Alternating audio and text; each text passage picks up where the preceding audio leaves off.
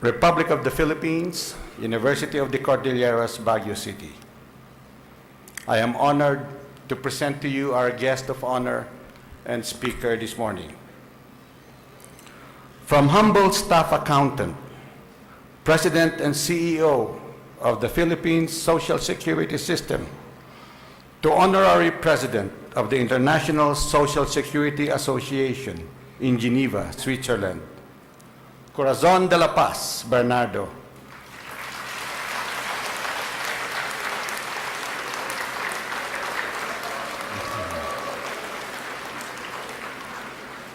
Corazon de la Paz Bernardo proves that the Filipino spirit of hard work and determination, coupled with the pursuit of excellence, can compete with the best of the world. From a middle-class family with no political affiliation or influence, sheer dedication to one's profession led her to becoming a woman of many firsts. The first woman and the first non-European to hold the top ISSA post since its founding in 1927. The first woman president of the Philippines Social Security System. The first woman president of the Management Association of the Philippines. Despite her achievements, she remained focused on giving back to society. She served in non-government organizations such as the Jaime V. Ongpin Foundation, Children's Hour, and Laura Vicuña Foundation for Street Children. Corazon de la Paz Bernardo, who understands the struggles of people, established linkages and partnerships with organizations to channel funds for projects that provide children and their families with opportunities to improve their lives in a holistic sense. Corazon de la Paz Bernardo could have easily retired with countless titles and honors under her name. However, her passion for public service outlasted everything else. Without concern for compensation or recognition, she continues to improve the lives of the people in this nation. Her life story and achievements serve as an inspiration for future professionals to emulate the characteristics that catapulted her to her current stature. Not just a woman successful in her career, but a person who has so much more to give than to gain. She is living proof that success is not solely measured by personal achievements, but by the collective achievements of people we have helped to succeed. Therefore, by virtue of the authority vested in the University of the Cordilleras by the Republic of the Philippines, the Board of Trustees, on behalf of the entire university, hereby confer the degree of Doctor of Humanities honoris causa on Corazon de la Paz Bernardo, Honorary President of the International Social Security Association. Whereupon, the diploma investments of distinction of the University of the Cordilleras are herewith presented to the honoree with all the rights and privileges thereunto appertaining. In testimony whereof, we have affixed thereon the official seal of UC and our respective signatures issued on the 71st commencement exercises of the university on the 30th day of August, 2017.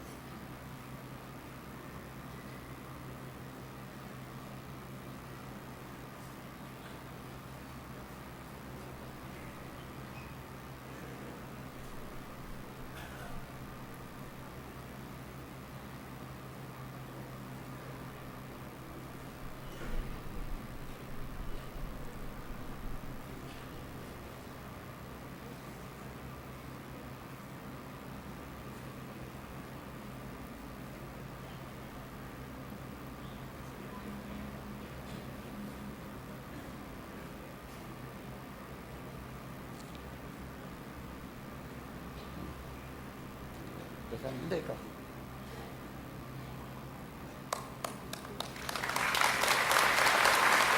Ladies and gentlemen, Dr. Corazon Paz Bernardo.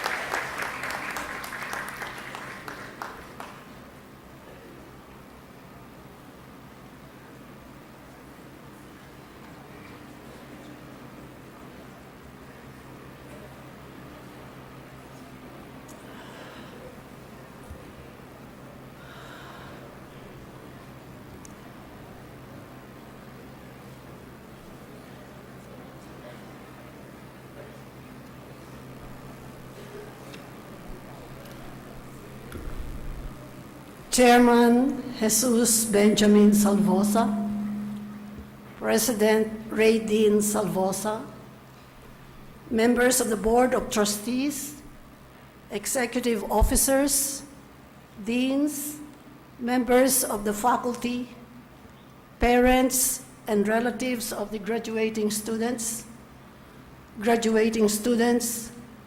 ladies and gentlemen, good morning.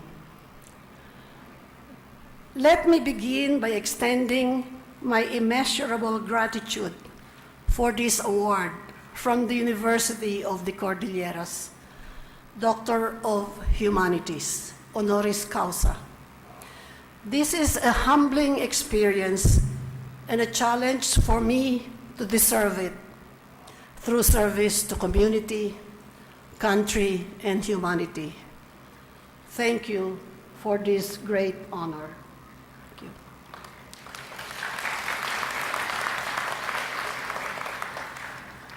I'm also honored to address you today to mark a milestone in your lives, the completion of many years of study, hard work, and sacrifices.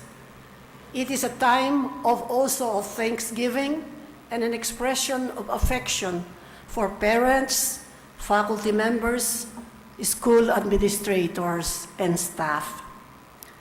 For the members of the graduating class, today marks the beginning of the rest of your lives. That is why this event is called Commencement. You are starting, commencing, an adventure in what we hope will shape your destiny. To become Filipinos, our country, your communities, and your families will be proud of, no matter whatever constructive endeavors you choose to pursue. Each of us has our own stories to tell, while this graduating class is yet to start your individual stories. Please indulge me in sharing my life story up to this point. Let me start with my special relationship to this beautiful city of Baguio. This city will always be considered the fun place of my youth, from the time I was a 10-year-old fifth grader up to the time I finished college. Baguio had always been the place I looked forward to spending my summers in. We had a tremendous fortune of my father's eldest sister having a place available for our entire brood to stay in from the months of March to May annually. Having two grown sons who had their own lives to live, she cherished the opportunity to dot on me and my three sisters and our little brother. We spent many times visiting and enjoying the beautiful parks here in the city: Burnham, Mines View, and Wright. We would go for ice cream at Camp John Hay and then watch movies in the theaters on Session Road. And of course, we would enjoy the fresh treats from the incomparable public market, especially the freshest strawberries and the yummiest longanisas.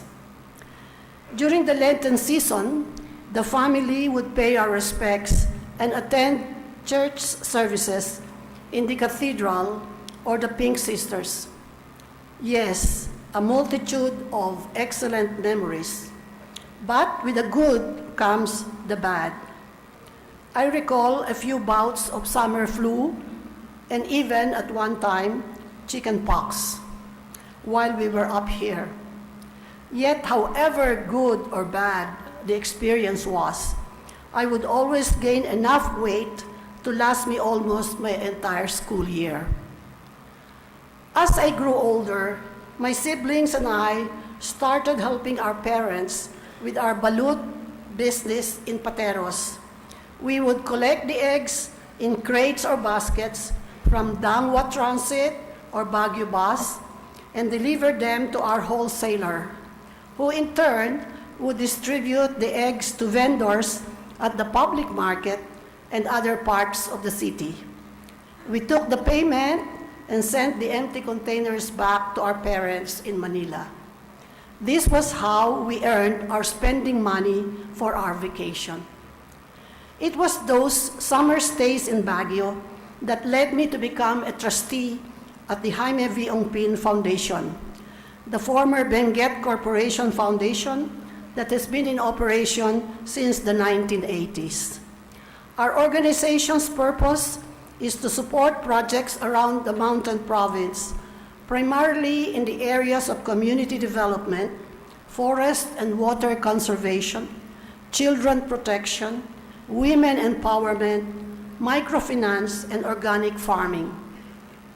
In fact, your university president, Mr. Ray Dean Salvosa, is the chairman of this worthwhile organization. Other trustees consist of talented and brilliant set of individuals who have special ties to the City of Pines and the region. I am very proud to be a part of the foundation and give back to the city I would gladly call my second home. Growing up, my parents were most instrumental in guiding my siblings and me, constantly reminding us that they did not have much financial wealth to pass on to us, but an abundant appreciation for the importance of a good education. They passed on to us their values of honesty, fairness, industry, and love of family and neighbor. These lessons proved more precious than any kind of monetary inheritance. Believe that, graduates. Listen and learn from your parents.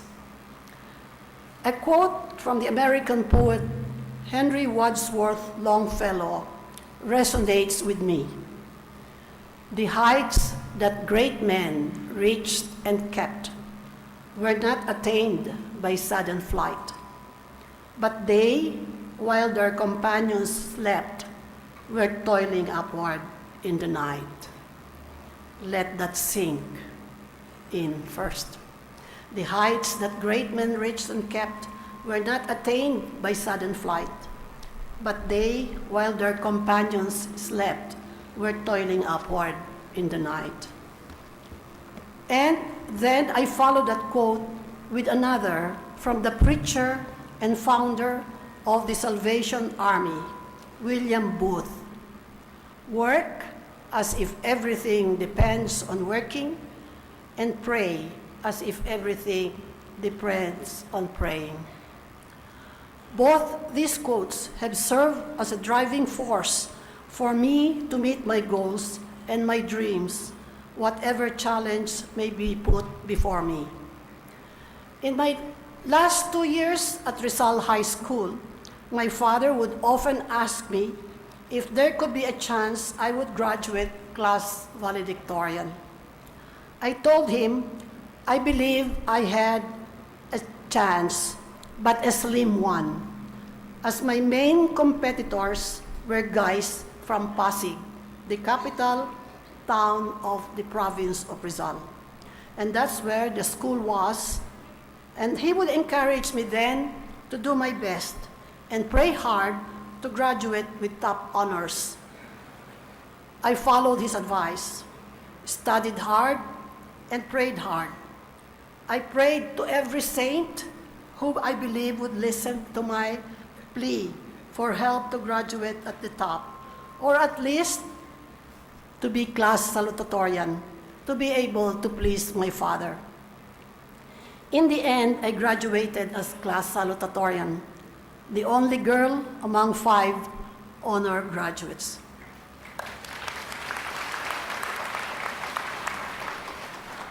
In college, I was an idealistic student and a consistent scholar, graduating magna cum laude with a bachelor's degree in business administration with a major in accounting.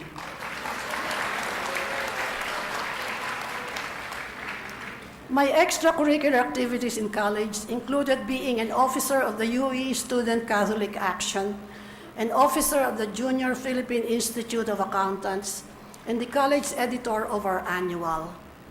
These activities kept me busy and exposed me to major influences in my life: the church, my chosen profession, and in the area of communications. It honed my leadership skills and helped me to relate well with my contemporaries and others. When I was in my last year in college, while preparing for the board exams for certified public accountants, I found myself returning to those quotes and my experience in high school. My goals this time was to earn the #1 spot. I believed that if I worked and prayed hard enough, God would grant me my wish. And so I prayed every day to get the top slot. Not #2, but #1. I desired the #1 slot because my school, the University of the East, granted the first placer in the board examinations a masteral scholarship to an American or European university of his or her choice. In previous instances, CPA board top-notchers from UE had been given scholarships to Harvard, Stanford, and the University of Oregon. I so desperately wanted to get that scholarship for an MBA program in America. That was my only chance, I believe, to be able to go to the US to study. I figured that if I were to ask God for something good and worked hard for it, it would be mine. Praying hard would help the cause too. If I asked fervently enough, it would be mine. Ask, and it shall be given unto you. And God did listen and granted me my wish, and with it, a plethora of blessings, from a Fulbright grant and half my elder sister's pay as a nurse at the University of Pennsylvania Graduate Hospital, to obtain my Master of Business Administration degree from Cornell University.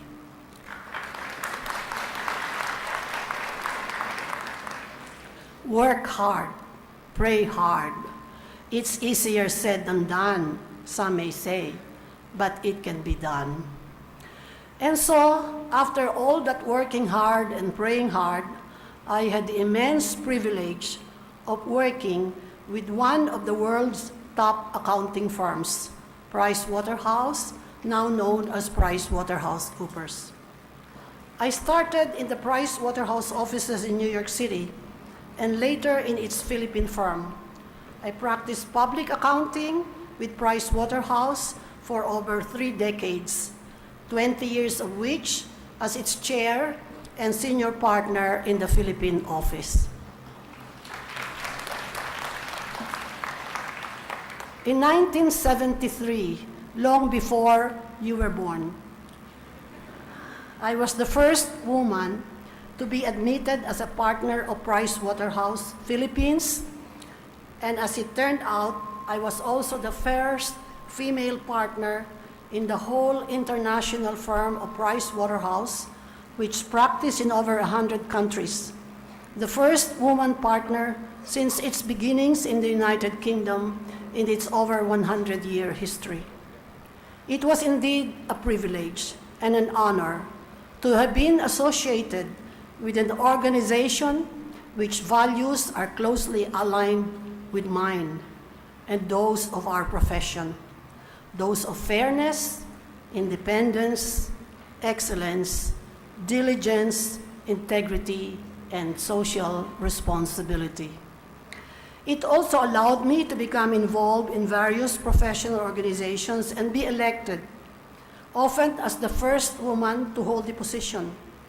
Among these associations are the Philippine Institute of CPAs, or PICPA, the Financial Executives Institute of the Philippines, or FINEX, and as Mr. Salvosa said, the Management Association of the Philippines and the Philippine Fulbright Scholars Association. Several other women have become presidents of this association since then. I had earlier planned on living and practicing my profession in the United States, like my two elder sisters and my only brother, but decided early in my career that I could make more of a difference by staying here in the Philippines and helping develop its institutions. Upon reaching retirement age at Pricewaterhouse, I was appointed to head the Social Security System, or SSS. My 7 years at SSS as its first woman president and chief executive officer had been my chance to give back to the country for all the good fortunes I have had in my academic and professional career. I have definitely been blessed as a woman to have attained successes I have never imagined as a little girl from the small town and the only non-city of Metro Manila, Pateros, the once balut capital of the Philippines. On my third year with the SSS, I was also elected the first woman, as Mr. Salvosa said, and the first non-European president of the International Social Security Association, or ISA, which is headquartered in Geneva, Switzerland, at the offices of the International Labor Organization. I held this position for 6 years, during which time we worked in expanding the coverage of Social Security in many countries around the world and improving the benefits to its members worldwide. It was a golden opportunity to place the Philippines in the international Social Security map and help other developing countries learn from our own experiences. And there you have it, my story up to this point. How did my parents raise us, their children, to get to where we are now? They were a simple, hard-working couple who had beautiful dreams for their children. They nurtured us to be able to use our God-given talents to improve our lives and help others. They were generous and self-sacrificing and were there for us with their loving care. My mother had been named Mother of the Year in our public elementary school after several of us finished college. The school acknowledged her very important role in bringing us up through sometimes very difficult circumstances. I have 3 sisters, all graduates of the University of the Philippines on the healthcare side, 2 medical doctors and a nurse. They all married physicians and have 4 medical doctor sons between them. I am the only one who pursued a different track as a certified public accountant. And now, thanks to your wonderful institution, I can now also count myself a doctor amongst my family. I thank you for this honor from the bottom of my heart.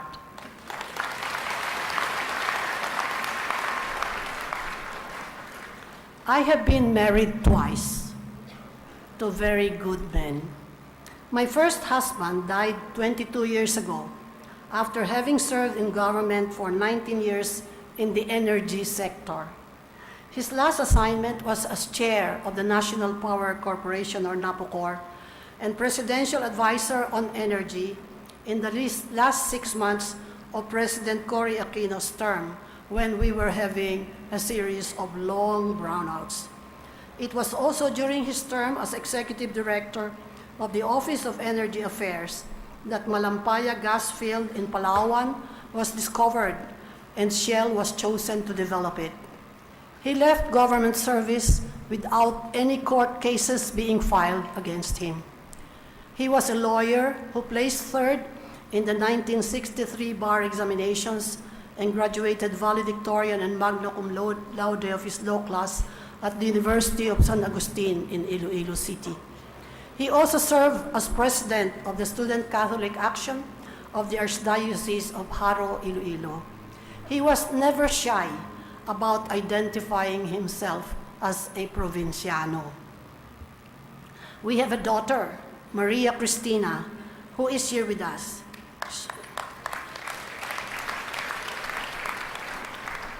She is not an accountant and hates numbers. She has a bachelor's degree in English, literature, and drama from the University of Maine and studied stage production and management at the London Academy of Music and Dramatic Arts. She helped prepare my speech because she's my literary editor. My second husband is here with us now. Is Enrique Bernardo. He was my high school classmate at Rizal High School, and he is from Pasig.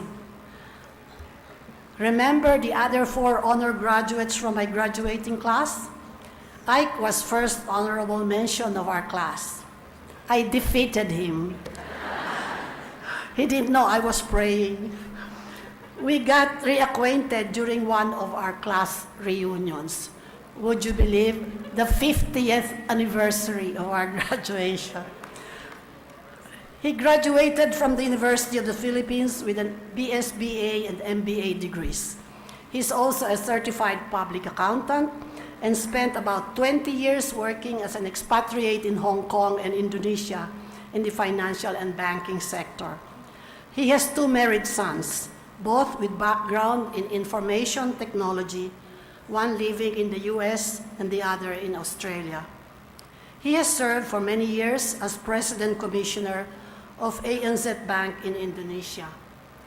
He is an avid golfer and loves playing at the Baguio Country Club, sometimes with President Ray Dean, during which they talk about movies. Here are simple lessons I learned years ago and which continue to guide me. Take from this what you want or what you may need.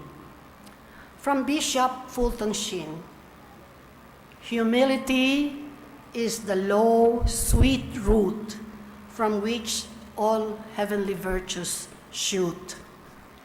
From Peter Drucker, the management guru, trees die from the top. The leader of any organization is its soul. It will rise or perish depending on where its leader takes it. From my mother, walang matimtimang kamay sa nakabukas na kaban. Don't expose yourself to temptation, especially when there are lots of money involved. And from Jose Rizal in his masterpiece, Noli Me Tangere, forgetfulness is the death of friendship. Don't forget your friends from college and even your ex-girlfriends or boyfriends. You might meet them 50 years later and they'll be your second or third husband. A Jesuit quote, a man for others.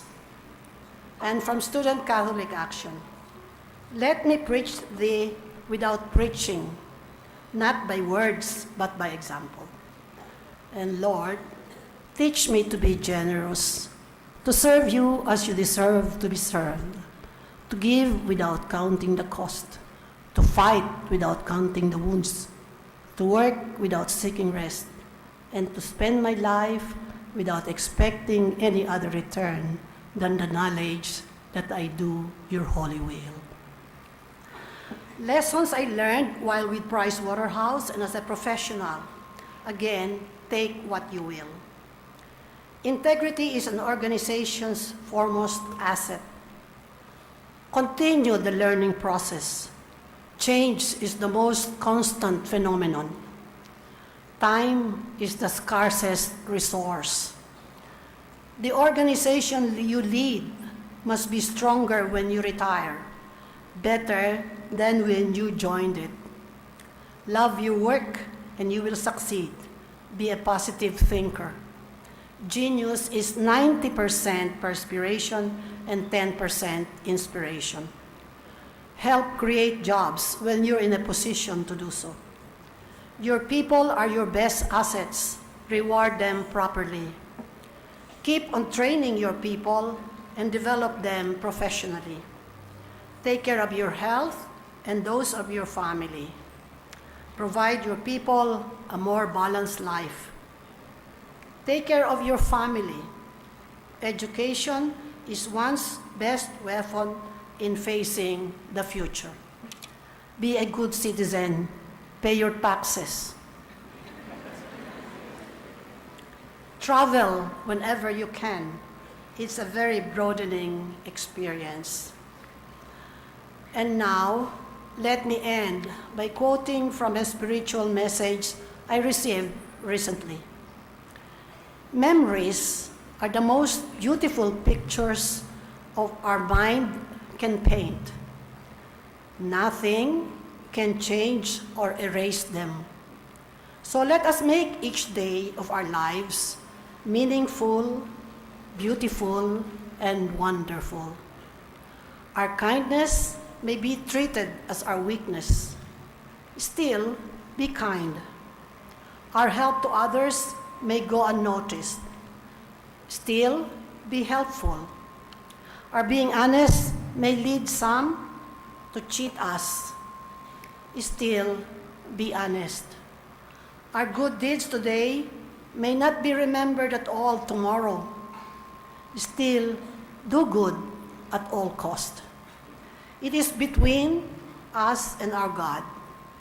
It is never between us and them.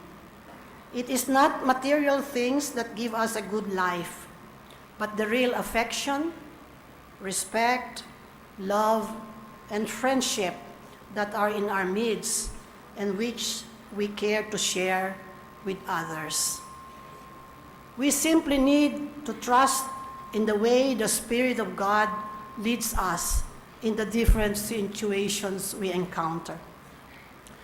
The strength of the Spirit keeps a person alive, but it is the love in his heart that gives life its purpose.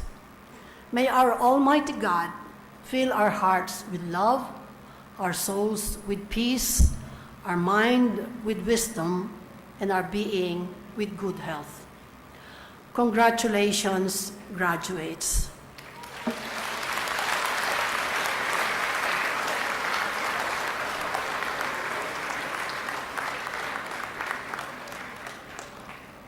Congratulations, dear parents, administrative officers, and all those instrumental in helping this class of 2017 through their years of study in this great University of the Cordilleras. I'm very proud to be a Doctor of Humanities honoris causa from this great university.